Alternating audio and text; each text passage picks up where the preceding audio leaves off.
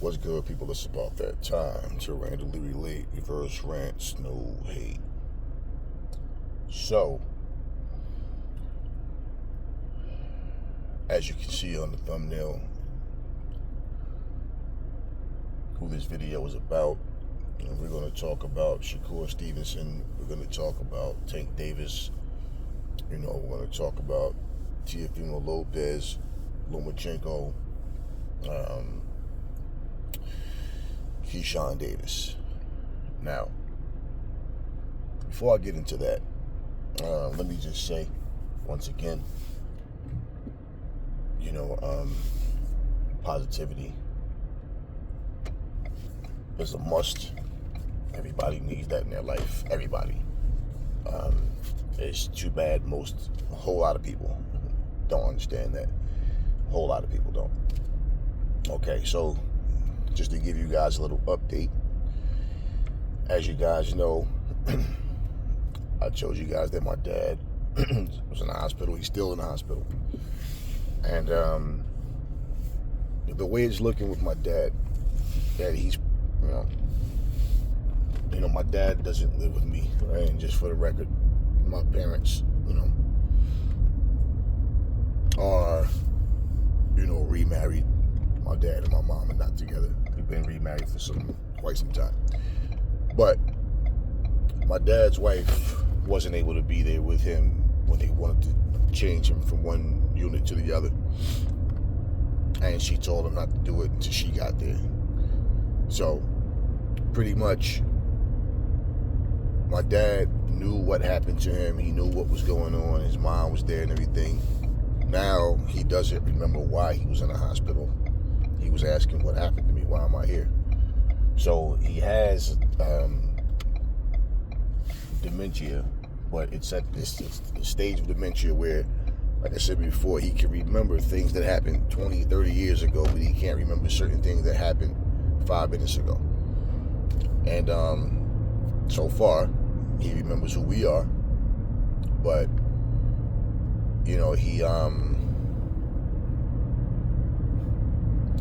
he's pretty much, I used to work in a nursing home, a couple of nursing homes. I worked there for a long time at one point. I see, the thing was, about 2 years ago, I knew my father was changing.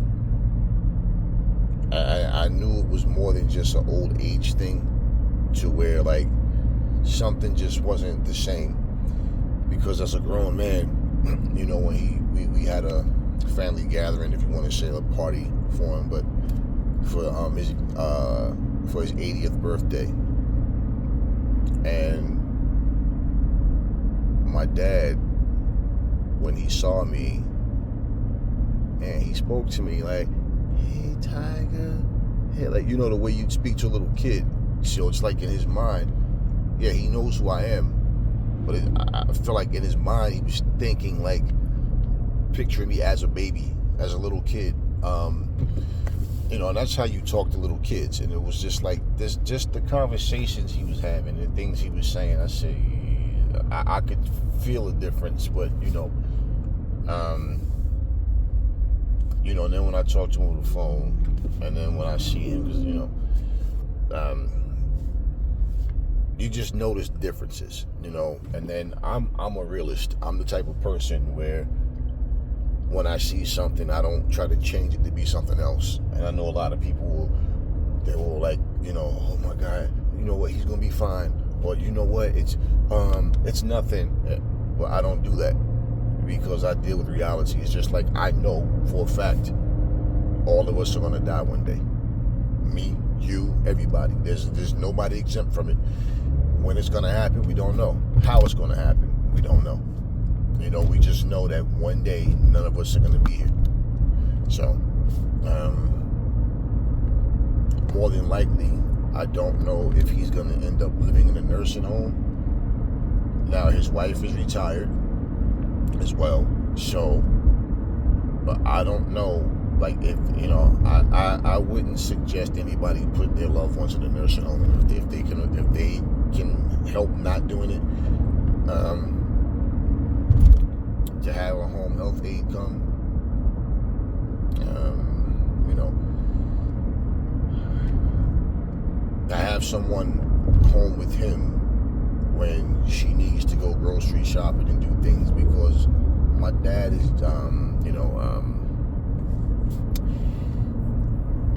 he doesn't move around too much, but he will try to do things. And when a person does have dementia, it gets to a point where they're on like autopilot, mentally. They're just trying to do things. They're not thinking about, what if I fall? What if I hurt myself? Things like that, which already happened when my dad wound up falling down the stairs in the wintertime trying to go get the mail. And, his wife came home and found him outside on the ground, on the steps, and I said, yeah, I knew then. And that was this past winter, and I said, nah, Pop is not in a good space. I knew at that point. And he would have known better to do that, a little ways back before he did that. So, a lot of times as you get older, people start feeling like, I want to, like they don't have any value to you and things of that nature. So they start trying to do things, that they don't really have to do. There was no need for him to try to go get the mail. He's not going to go anywhere and physically go pay bills somewhere. He's not even going to make the phone call. Pretty much his wife takes care of all of that, and he just, he moves very slowly and things like that. So, this is the last stages of my dad's life. That's just reality, So, I don't know what's going to happen as far as that. Now, as far as him talking and being able to relate to you, and, he understands these things, but we just want to see him live a little longer. You understand? But what's going to happen is going to happen. We can't control that. Now, so, and I appreciate you guys for, wishing my dad well. Like I said, once again, every one of you. Now, here's the flip side to that. Today is Monday, the 8th, right? July 8th. So yesterday, I get a call from one of my sisters. And I just was talking to my mom a couple of days ago. Just was talking to her.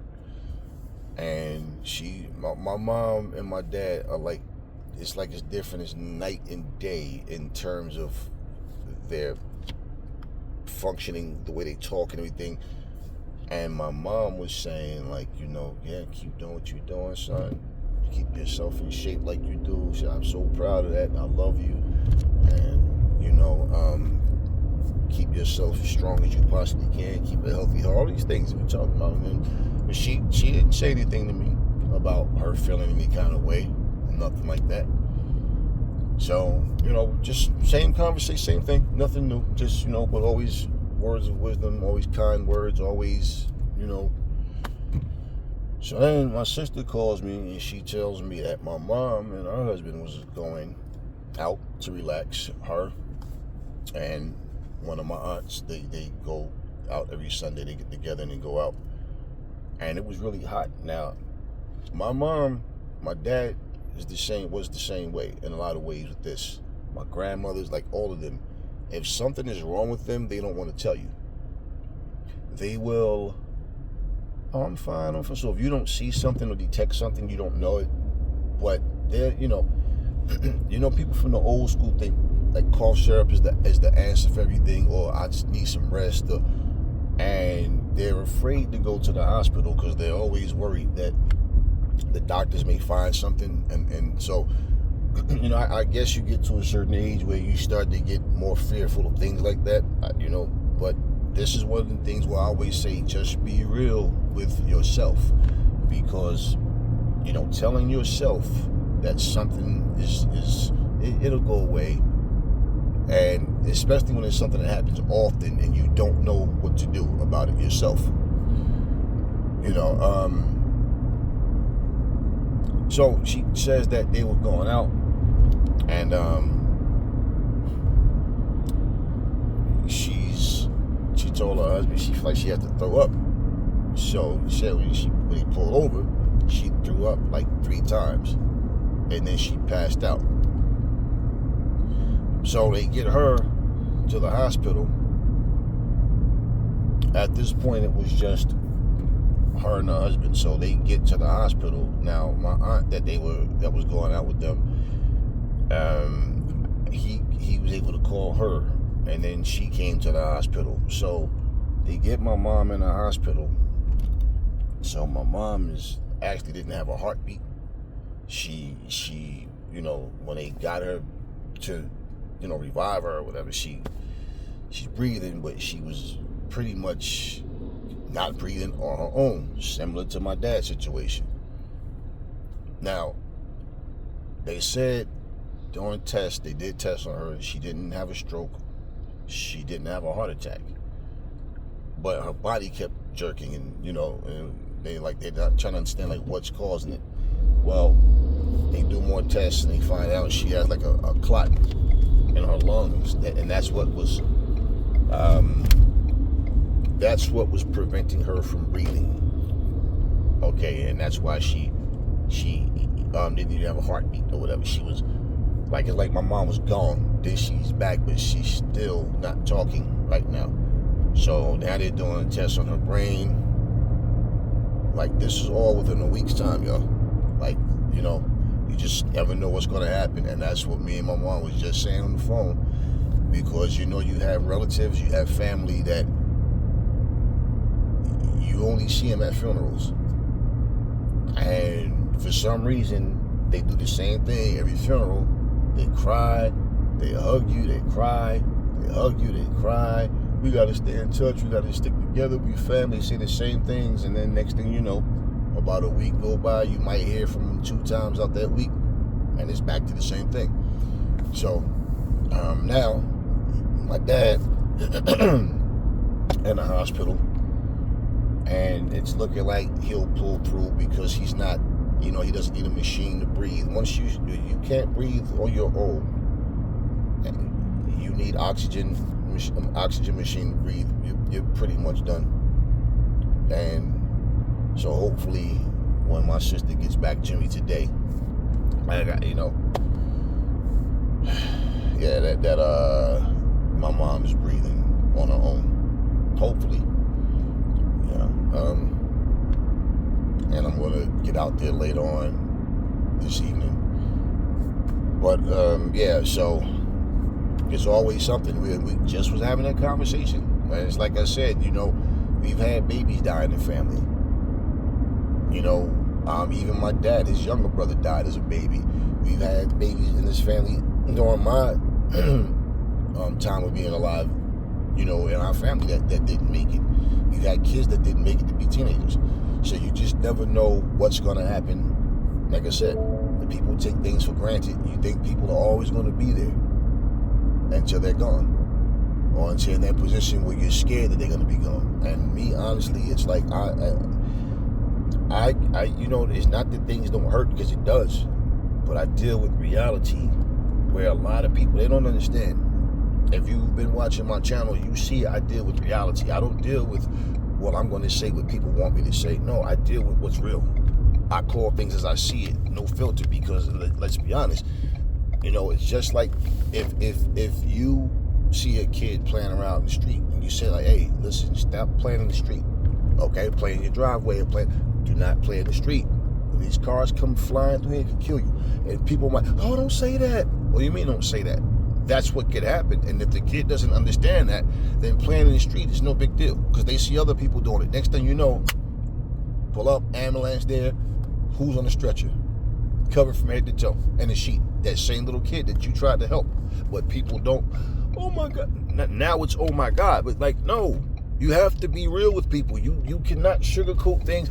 It's not like you're sitting there trying to scare the kid and tell them a horror story. No, you're telling them the reality. And they don't understand that you see what my phone is? My phone is mounted. You know how many people drive and they're FaceTiming people and they're hi, and they're not even paying attention. Then all of a sudden they got to hit the brakes. So they need to understand. You're so worried about telling the truth to a kid because you hear the word somebody could run you over and kill you out here. They need to understand that. You're not trying to make them scared to live. You're trying to make them aware, okay, that what could happen to them. And a lot of people just don't get that. They just don't get it. And they depend on other people to see them. You don't assume that people see you. You have people that don't care. So, yeah, I mean, the whole thing, you're trying to keep people safe. And that's love, man. That's being, people don't know how to be honest. They don't. Okay, so now, yeah, that's who we are with my mom and my dad now. All within a week's time. Both of them, back to back. So, yeah. And the thing about it is my sister, this particular sister that's telling me these things, she, all my sisters are very emotional, like very, very emotional. She particularly, but she's the strongest one right now. She's the strongest one right now. And when my younger sister heard what happened to my father, she flipped out and she was crying and everything. And so, you know what I'm saying? This particular sister is the one being the strongest. So I'm like letting them know, just listen. You guys are there, right? And my sister says she called out today. She's not going to work today. So make sure you eat and drink and take care of yourself. Relax. This is hard to deal with, but we have to deal with it. There's no sense of you punishing yourself and then something happens to you too. So we have to be there the best way we can. The only thing we can do is honestly relax ourselves, because what's gonna happen is gonna happen. That's just the reality. That's just the reality of it. Now, so yeah, this is who we are. Now, okay, let's get to these fights. So, Shakur Stevenson, his fight, it was a stinker. It was a stinker. It was a boring fight. And as far as Shakur Stevenson being a superstar in the sport, as far as him standing out, separating himself from the pack, you see, it's a difference. And I tell you guys, when you go up in weight, even if you fight competition that's on the same level, but it's different when you really can't hurt these guys. And when you look at it, Shakur Stevenson, even at 130, it's not like he had devastating power. Remember, I told you guys, he doesn't hit any harder than Devin Haney. And skill-wise, it's not that he's really any better than Devin Haney. Devin Haney was always sharp, and Devin Haney was dominating fights the same way. The difference is, and Devin puts punches together. Devin Haney, his criticism wasn't he has boring fights. His criticism was he can't really hurt people. Now, the way he fought, the way he fought Ryan, this was I know people are going to compare me to Tank. They're going to compare our performances, and I want to make the statement. Ryan Garcia is not showing that he's in the right frame of mind. I don't think he's in fight shape either. I think if I push the pace, I'll make him wear himself out, and then I'll just, get to him and take him, whether it's take him to deep waters, or just, make him burn himself out, and then take advantage of him, make him miss, make him pay, and get him out of there. He fought the wrong strategy. We know that. Whereas Shakur is always more, he doesn't want to get hit at all, and he just goes strictly defense. He'll pick you apart one punch at a time when he finds openings, and the most you'll get from him is mostly a 1-2. Now, unless Devin Haney sustained injuries that really, something that sticks with him that has slowed him down. We don't know that until we see his next performance. He should be fine. He should understand what happened. He should understand the reason that he was able to get hit with those shots by Ryan Garcia, by him fighting the way he did. And also, he understands, well, he fought a guy that was cheating. So it's not like the guy went in there and beat him fair and square. The guy cheated. Okay, he had that boost, that energy, that extra that he needed. And and basically Devin Haney helped him make it easier for him by fighting the way he did. Now, that happened. We saw Sugar Ray Leonard go in there and fight Roberto Duran the wrong way, trying to, stand there and bang and brawl. And Ray, that's not what got you to the dance. You can do that with certain fighters, but Duran wasn't one of them. And Ray Leonard learned his lesson, and he bounced back in the second fight, and then blew Duran out. Okay, looked like Duran didn't even belong in the ring with him. Now, Devin Haney's at 140, of course. Teofimo's at 140, of course. Teofimo, that's a matchup everybody's talking about. Now, nobody's really saying too much about Devin Haney fighting anybody at this point because of what happened with Ryan. They're just connecting him and Ryan together. Like, if once he gets back in the ring for either one, it should be these two. I don't, people feel like Devin should want revenge, and okay, but pretty much that's the only person that they even talked about Devin Haney fighting at this point. You hear talks about Devin Haney taking a possible 2-year layoff, and so okay. Now Teofimo Lopez is fighting at 140, and I don't see him and Tank Davis fighting. Okay, and I told you guys that whoever Teofimo fights, more than likely is going to be at 140. I don't see all of a sudden Tank just going to say, okay, me and Teo next, and it's going to be, if it was to happen, it'll be at a catch weight, or Teofimo coming back down to 135. Now, Teofimo, once you hold a title, okay, now, people talk all of this legacy fight stuff. You got to look at what's on the line. That's all it would be, is that, okay, well, we fight, there's no belt on the line because it's at a catch weight. It's just to see who's the best. The best at what? Pick a weight class, right? The catch weight is not a weight class. It's just an agreed upon weight. And basically, I think boxing is just getting too much circus and cartoon like with this kind of stuff. I really just don't see that fight happening. So Teofimo has more than enough people at 140, and Devin Haney included, to have to focus on fighting at a catch weight or going to fight at a weight class that he said he outgrew. The same way Devin Haney outgrew some of those guys, they outgrew the weight class. So that's not even logical. It's not even a reason.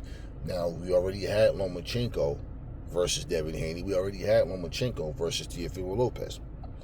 So, those fights have happened. You've had Ryan Garcia versus, Tank Davis. So for Tank is sitting up on his throne at 135. Only person right now that people are looking at for Tank Davis. And see, here's where the flip-flop starts. Let me say this first. This is where people went from saying, just imagine, Shakur Stevenson is the only guy that can beat Tank. Right? Okay. Tim Bradley, who was tight with Shakur, he's always, whatever weaknesses we see in Shakur, Tim Bradley will even if he touch on it, he'll camouflage it by saying no one wants to fight this guy, though. Everybody's saying he's boring, but nobody wants to fight him. And right, he won't critique Shakur the way he does other fighters, and we know that. Now, it's not about what Tim Bradley says. It's about the reality of what's going to happen once these two fighters step in the ropes, okay? Whoever that will be across the ring from Shakur, or any fighters for that matter, okay? But Shakur, this is 2 fights in a row where he had a stinker of a fight. Now, Keyshawn Davis, his fight was more action-packed. Keyshawn Davis, he does have power. Yeah, he got some good power, but he was catching this guy all night, and the guy wouldn't go down. Keyshawn Davis was sitting on his punches. Now, let me say this. If you compare the fights, which fight do you want to rewatch? Since we've seen both fights, and yeah, I think we pick the Keyshawn fight if we want the excitement of it. If you're just breaking down the fights to see who's who did what, that would be something different. Okay, but as far as if you wanted to, hey, or if you heard which fight was better, and you go, okay, well, I watched the Keyshawn Davis fight. Now, that fight was better. Now, there's some things I saw in Keyshawn. One, I like how he turned with the punch and fired back. He's not scared to fight in the pocket. Okay, he will fight in the pocket as well. And, he does, when you throw shots at him, he will roll with the punch and counter. But Keyshawn is going to have to move his head more. As you step up in competition, and these are things that fight by fight, when you and your team sit down and you study fights by yourself, however, whatever. But he's going to have to, focus on not keeping his head on that center line. And when he throws punches, not be there for the receipt. Because one of the things that he does, he throws his power shots and he pulls his hands back waist level. So he's getting everything behind those shots, but his chin is right there. And a guy with the experience that Tank Davis has and his instincts, he's going to clip Keyshawn. And one thing about Tank is everything that Tank does to be successful in the ring, he does it every fight. He does it every fight. His consistency, one of the things that every fighter says about Tank is you don't see the punch coming. As you're doing what you're doing, the next thing you know, you're on the floor what just happened? You hear fighters at times say, I thought I tripped over my own feet, right? Like, I didn't even know I got hit. That's what Tank does. Okay, and when you're throwing shots at Tank, Tank will bait you in, let you start loading up, overloading, and he'll just cut your shots. So right while you're in the middle and when you're throwing your shots from waist level, and your head is right there, your chin is, it's night-night. It's night-night. Okay, and the thing with Keyshawn, too, is he can punch. He's not slow, and he's not too fast, okay, but he can hurt you, and he's not scared to fight. That's one of the things that make him good as well. He's not scared to mix it up. But he has to keep his head off that center line. He has to use more head movement, because even when he comes in, he'll put his hands up high, but he'll stand there and he'll duck low with his hands up, but he moves to where he can't see what's coming at him at those times. Tank will eat his body up if he does that in front of Tank. Tank will eat his body up. Tank will punish him to the body. He'll punish him upstairs. And the thing with Tank, it only takes one punch from Tank. It just takes one. Now, it's obvious the guy that Keyshawn fought, he was taking shots. He, doing all this bravado stuff, but he never was able to discourage Keyshawn. Now, that being said, even though his fight was more compelling than Shakur's fight, I don't necessarily really know that Keyshawn can beat Shakur. Shakur, for one, if he was to fight Shakur, okay, Shakur's reflexes, his instincts of, his movement, you're going to have to make Shakur fight. Now, can he do that? Can he and find the openings and create the openings? Can he do that? He's going to have to. If he stays on the outside and play a chess match with Shakur, Shakur is going to win, in my opinion, another boring victory, because he's not going to give Keyshawn, he's not going to commit anything. And it'll just be cat and mouse.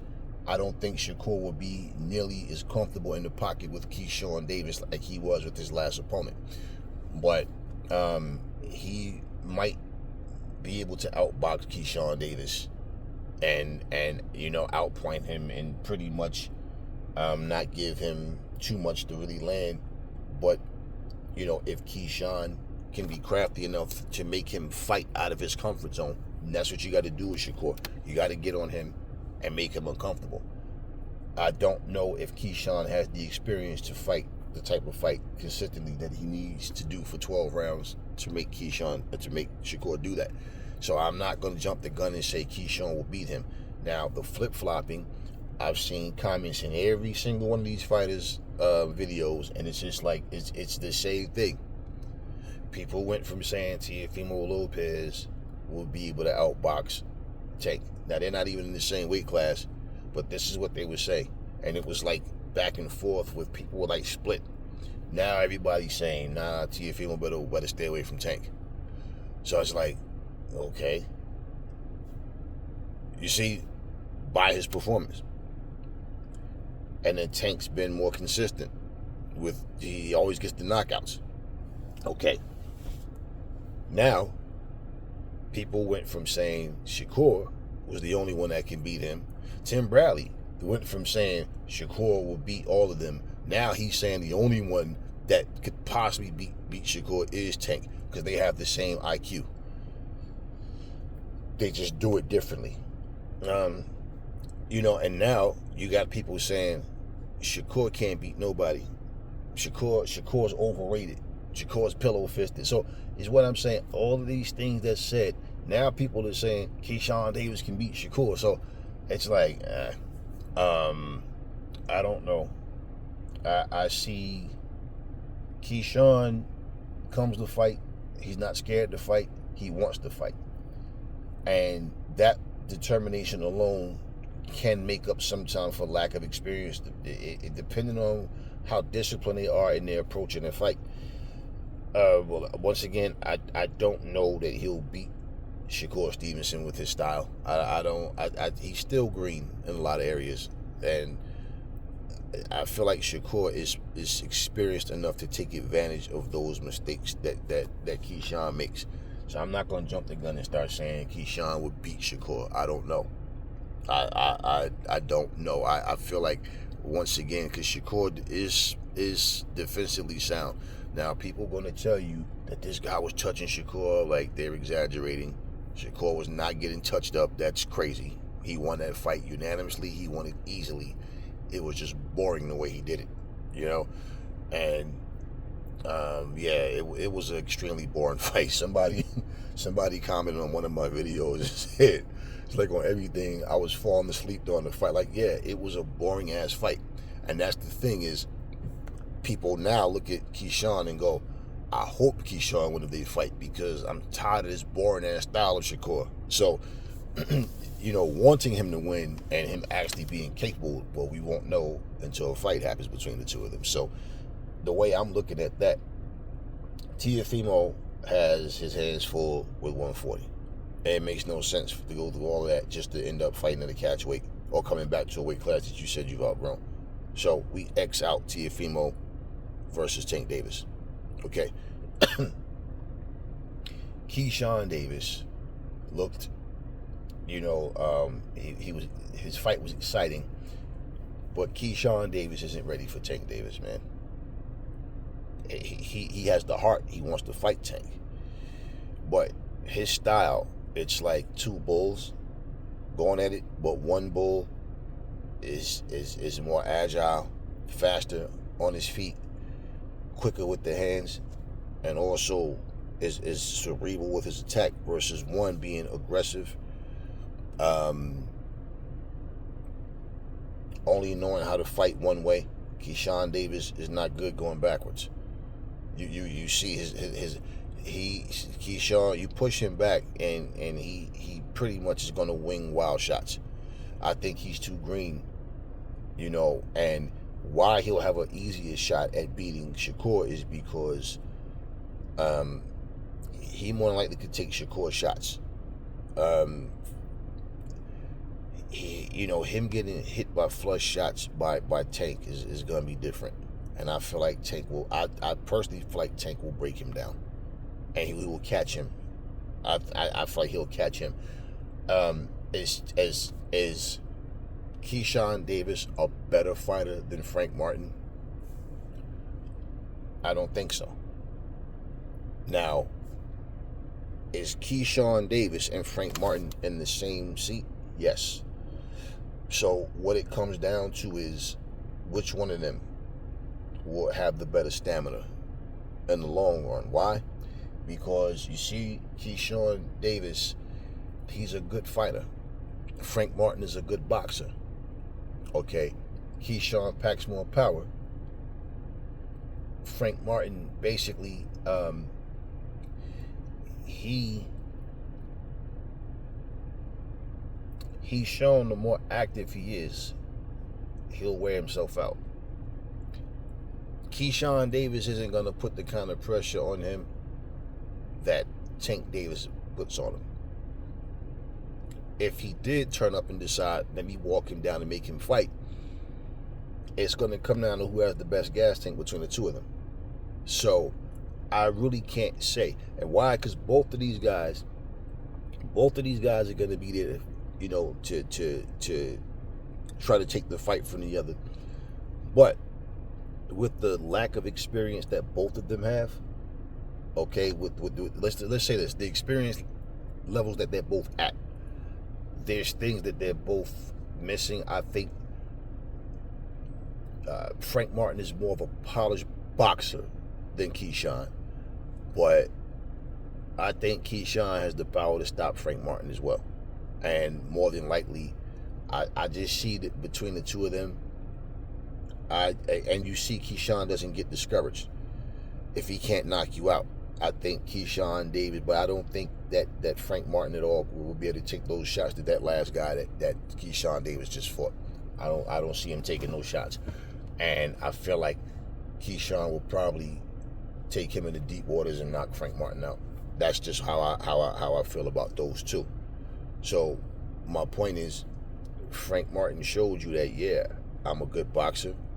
I'm disciplined and everything, but hey, I went up a guy that has more experience, is super smart, and people don't understand that. They still don't understand that about Tank.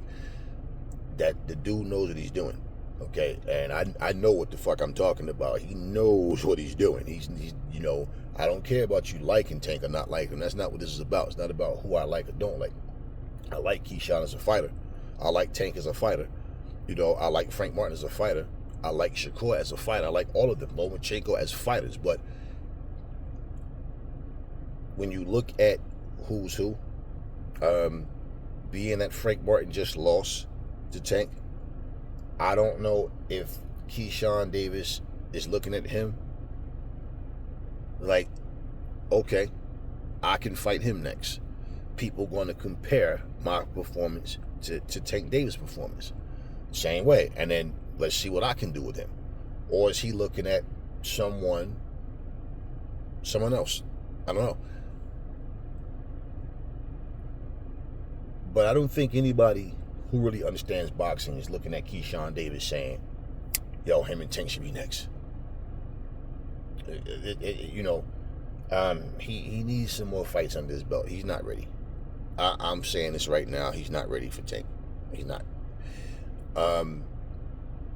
I think Shakur Stevenson can outbox Keyshawn Davis, but Keyshawn Davis, if he can force Shakur to fight more than he wants, he might be able to crack Shakur and get Shakur out of it. He might be able to hurt Shakur and get him out of it. This is what I'm saying. But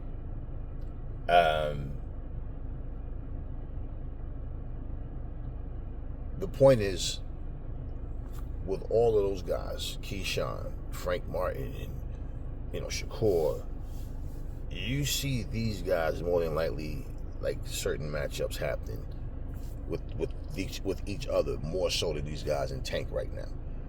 Right now, the biggest fight and the most important fight at 135, whether, you know, for boxing and for their careers, in all honesty, is Tank Davis versus Lomachenko. That's the money fight. That's the only super fight. Shakur Stevenson, with his skill level and everything, is not considered a super fight should he get in there and fight Tank Davis next. Everybody's gonna look at that like, come on, man, Tank gonna kill this guy. That, you understand what I mean? Right now, people who thought that Shakur might be able to beat Lomachenko, the majority of those people right now are going, I don't know. Now for Shakur Stevenson, a fight with Lomachenko, I think that, yeah, that's a fight Shakur should be trying to get. I'm telling you this because I see Shakur Stevenson's skills, okay? And for him to beat Lomachenko, that's how you silence people. But at the same time, it will be a thing like, what the, like, okay, nah. How the hell did he had these boring ass fights? Now he's fighting Loma and he wins. Well, for him to beat Lomachenko, you gotta understand, Shakur is solid defensively, and he's landing shots, he's winning fights, but once again, he's not doing it in an entertaining fashion. So it would take him to beat Lomachenko for people to accept that. Now, if it's a close fight, look, you know, it's terrible that people like to try to, you know, take sides and be biased and not honest about how they think a fight went. But if it's a very close fight where it's one of those, it could have went either way, or however it goes, you know, now we're talking rematch. Do you guys want to do a rematch, right? Anybody that wants to be undisputed in the division, anybody that wants to be champion, you want to go straight to the guy that you need to go to get those titles. So I could see Shakur winning that fight as well. But the interest would be more into Tank versus Lomachenko. I see Shakur's skills. Okay, I'm saying he's one of those things. Like I said, he had to beat Lomachenko in order for people to accept the fact that he can. He had to go in there and show it, as every fighter should have to go and show it. But at the same time, the only super fight right now at 135 is Tank Davis and Lomachenko. That's the only super fight. In fact, Lomachenko versus Shakur wouldn't be considered a super fight. It would be considered an experienced, skillful, well-respected boxer versus a guy who also is skillful and is losing a lot of respect. But it doesn't mean that he can't fight. It's just people don't like the way Shakur is winning. You understand what I'm saying? So, yeah, it's not a super fight. Now, if Shakur was to win and win impressive, then it could be, okay, shit. All right, now he's earning that respect back. And the fact that if he beats Lomachenko, now people who don't even like Tank Davis will want to see Tank win just for to take it for themselves as payback for Shakur beating Lomachenko. If Tank goes and beats Lomachenko, more than likely he's going to beat him by knockout. On top of that, more than likely he's going to knock him out. So for him to win, if he knocks out Lomachenko, who really thinks Shakur is going to beat him, or you know, or Keyshawn is going to beat? That's how people see things, but you can't go by that because every fighter brings a different threat. So that's what you have to go by, you know. And so I told you guys, and a lot of you guys, you get it, you know, like that's the big fight. That is the only big super fight at 135. That's the only one. Lomachenko versus anybody else is not a super fight. It's just Lomachenko versus whoever that person is. Lomachenko versus Tank is the only one. And there's no reason for that fight to not happen. And next on top of that, there's no reason for that. So now, if Tank Davis feels like, okay, cool. If him and Loma really want to fight, they fight. If Tank beats Lomachenko, now it doesn't matter what pecking order it is, but Shakur Stevenson, Keyshawn Davis, he already beat Frank Martin. There's really nobody else at 135 with a name right now, with a name aside from them.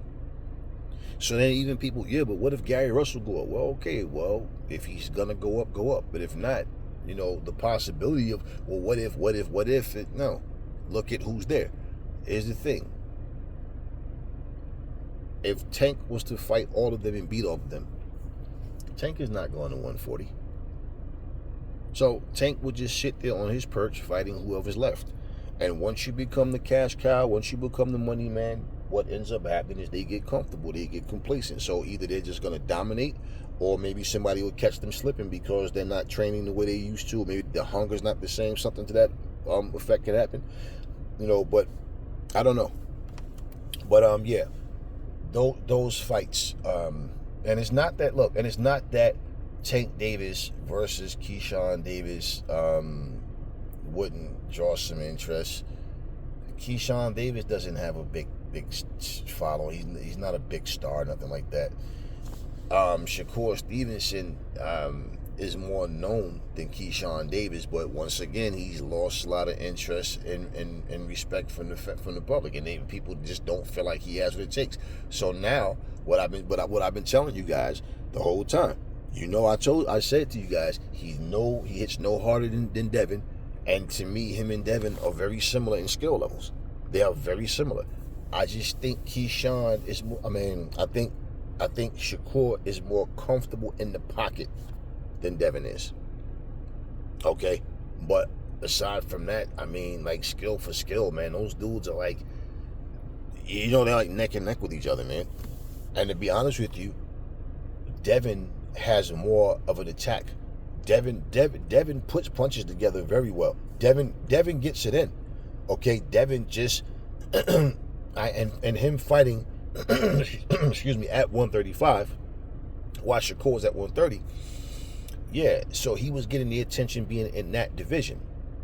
And people kept talking about him not being able to knock guys out, but he's outboxing all these guys and he's winning unanimous decisions. So, yeah, man. So if you look at it, what I'm saying is Devin has been more exciting and more action-packed than Shakur. But Shakur, like I said, defensively, he's solid too, but I feel like he's better on the inside. He's more comfortable on the inside than Devin is overall. But against a big puncher, Shakur's not going to stand there. Shakur's going to move. He's not going to stand there and fight in the pocket against a big puncher. And if he goes in there and fights against Tank, he's going to be on the back foot all night long. And if he tries to stand up and fight Tank, he's going to get knocked out. Plain and simple. I don't care what anybody says, Tim Bradley or whoever. And for him to say that nobody wants to fight him, Del Santos, like different guys who wanted to fight him, Keyshawn Davis has been calling him out. So when he's saying nobody wants to fight Shakur, that's not true at all. That's not true. He said your favorite fighter don't want to fight. No, not true at all. Not true at all. Now, Lomachenko has turned the fight down. That's a fact that he basically showed to say he didn't want to fight him. He had no interest in fighting Shakur, and he didn't fight him.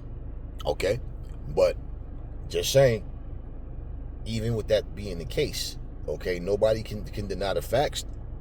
They can't deny the facts. But at the same time, at this point right now, like I said, people who thought Shakur Stevenson could beat Lomachenko, now they don't think so.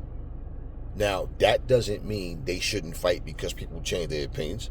Doesn't matter who you think would win. The best should fight the best. So, Shakur, as far as him getting redemption, he's going to have to beat a Tank Davis or a Lomachenko. But bottom line, if he wins, it's going to be in a boring fashion, especially against Tank. Because Lomachenko is a boxer and so is Shakur. And pretty much, Lomachenko is not going to be on the back foot for the majority of the fight if he fights against Shakur. Shakur just don't pack enough power to make Lomachenko decide that he wants to go backwards. So it'll be more of a stalemate, okay? And that's if Shakur is willing to stand there and fight on the pocket, in the pocket. I don't think that if Lomachenko starts bringing that heat to him, that he's going to stand there. He's going to move more. He's going to box. Not that he shouldn't box, but he just doesn't have the kind of style that when he starts to let his hands go, that is exciting to the fans. Because even when he starts to catch you, like this last fight with this guy he just fought, he started landing nice body shots. He was hurting the guy to the body. You could see the guy wasn't liking those body shots.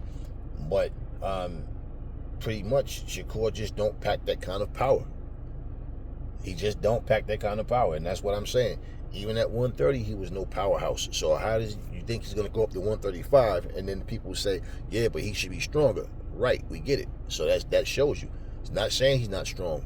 He probably is stronger. That doesn't mean he's going to punch harder. You understand what I mean? Either you have a big punch or you don't. Gaining weight isn't going to make you punch any harder. So now when you go up in weight and you're fighting guys that can crack, and your shots isn't really affecting them, no, you're not going to fight in the pocket. You're going to move. So, yeah, if you look at all of those guys, I really don't see if Tank Davis, let's say he fights Keyshawn Davis next. Don't you know Keyshawn is a heavy underdog? And him not being ready, being too green for Tank, people will admit it after the fight. You understand what I'm saying? For people that think, oh, that's a great fight. And I'm not saying the fights shouldn't happen, but I just don't think Keyshawn versus Tank should be next. I think Tank Davis versus Lomachenko need to be next. And for Lomachenko, he should want this fight next as well, because he's older than all of them. And there's no need to not want to fight Tank. There's no need for Tank to not want to fight Lomachenko. So, you know, don't call names and say you want to fight a guy and then all of a sudden get quiet, and then all of a sudden we don't hear any about negotiations. There's nothing going on between these two guys. You know, at any time, and I'm just saying this now, don't get me wrong. I love what the Saudis are doing for boxing right now with boxing. But at the same time, even like this card that's coming up in September with Anthony Joshua, you know, Turkey Al-Sheikh, his money's involved in that fight as well. He's putting up money in that fight. So for that card. So bottom line is, we need to have these type of cards all around the board. And the sad part is that, like I said, people right here in America, you used to always hear you have to fight in America in order to become a big star. Yet right here in America, we can't put solid cards together because it's always, well, who's going to put up the money? Where's the money going to come from? Because everybody's asking for too much money. And then for you to pay a solid undercard, you know, it's like, no, it's not that you can't get a solid undercard. The problem is when people don't see star power, they don't see big names, they think, I don't even know this guy. Who is, you know, because this is the era of the casual. You know, so, yeah, that's how that goes. But anytime you turn down that Saudi money, you're going to fight for less money than what they're offering you. Something's not right. Something's not right. So, if Tank Davis and Lomachenko fight, where is it going to be? Over here in the States? Okay. Tank has no interest in going to Saudi. I don't think Lomachenko has a problem going to Saudi. I don't think he has a problem going over there. I don't know what his interest is in the fight with Tank. I don't know what Tank's interest is in fighting him. Tank says he wants to fight him. Okay, after his last fight, he says he wants Lomachenko next. That's his words. And if that fight doesn't happen, well, it is what it is. But that's the big fight. Talk to me in the comment section, y'all. Never fall in love with lies. Remember, the truth brings hate out of people. And I'll catch y'all on the next video.